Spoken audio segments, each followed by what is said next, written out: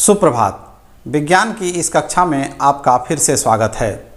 हम लोग वन से संबंधित जानकारी हासिल कर रहे हैं और हम लोगों ने देखा कि वन हमारे लिए कितना महत्वपूर्ण एवं उपयोगी हैं। आइए अब हम लोग अभ्यास के प्रश्नों को हल करते हैं और देखते हैं कि हम लोगों ने वन से संबंधित कितनी जानकारी हासिल की है। पहला प्रश्न, निम्नलिखित में से कौन सा वन उत्पाद नहीं है? गोंद, प्लाईवुड, लाह और केरोसिन। निश्चित है केरोसिन वन उत्पाद नहीं है, यह पेट्रोलियम प्रोडक्ट है।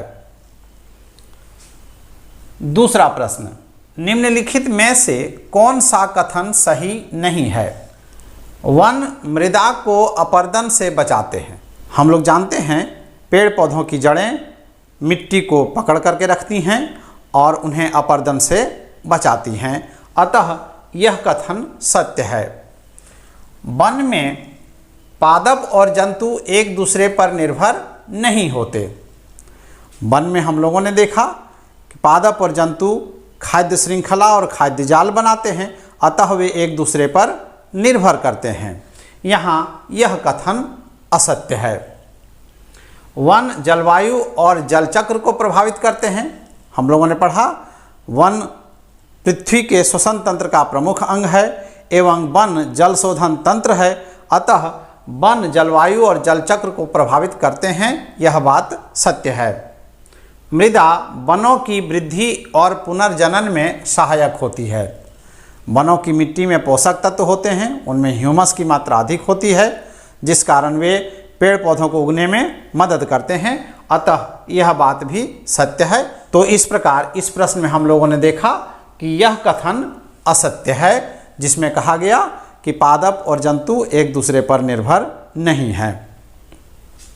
तीसरा प्रश्न, सूक्ष्म जीवों द्वारा मृत पौधों पर क्रिया करने से बनने वाले एक उत्पाद का नाम है। सूक्ष्म जीव जिनमें जीवाणु और कवक होते हैं, वे मृत जीवों पर क्रिया करके ह्यूमस का निर्माण करते हैं। प्रदूषण का मुख्य कारण है, प्रदूषण एक समस्या है और इसका सबसे प्रमुख कारण है वनों की कटाई। चूँकि वन पृथ्वी के श्वसन तंत्र के प्रमुख अंग हैं, अतः वन जो है प्रदूषण को नियंत्रित करते हैं और वनों की कटाई अधिक होगी तो प्रदूषण बहुत अधिक मात्रा में होगी। पौधे श्वसन क्रिया में ग्रहण करते हैं।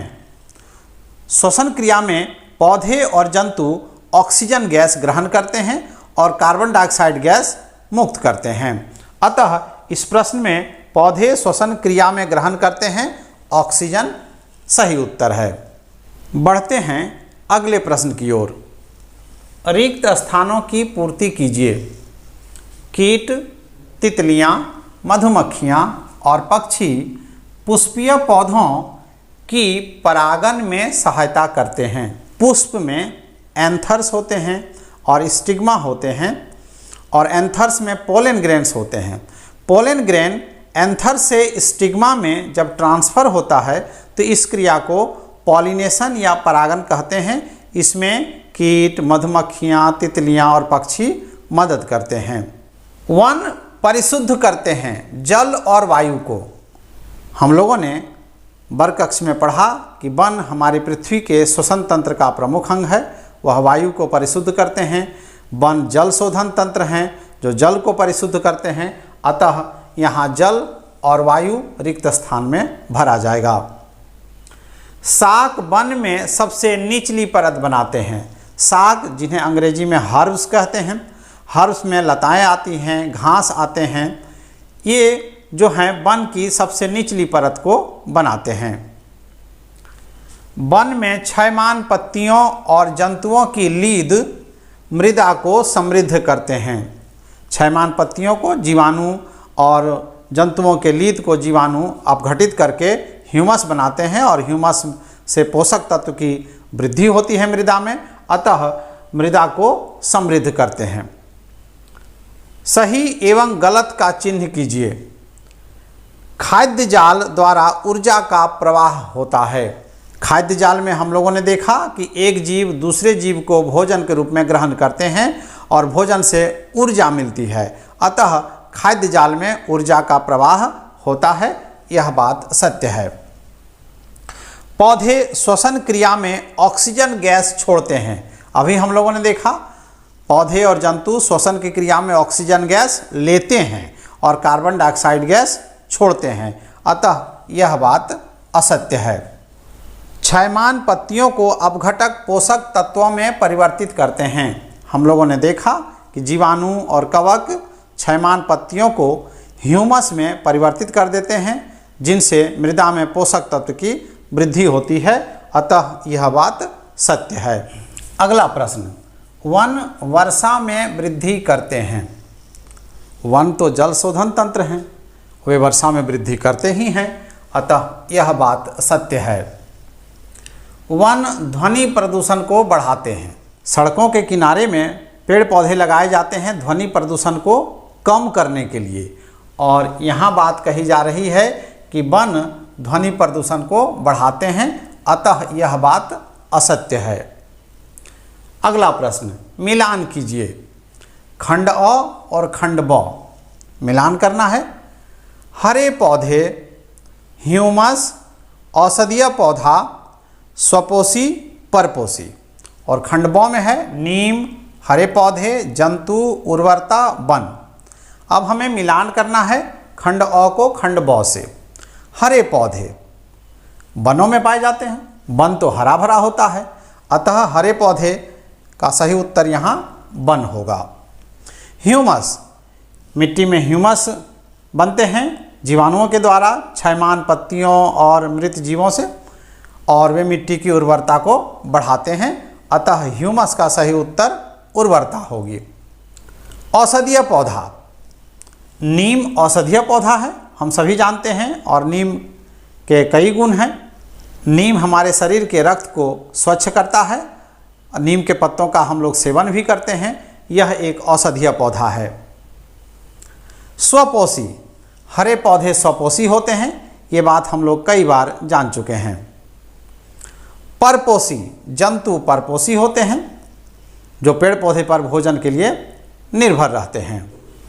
समझाइए कि वन बाढ़ की रोकथाम किस प्रकार करते हैं। वनों में बहुत अधिक पेड़ पौधे होते हैं।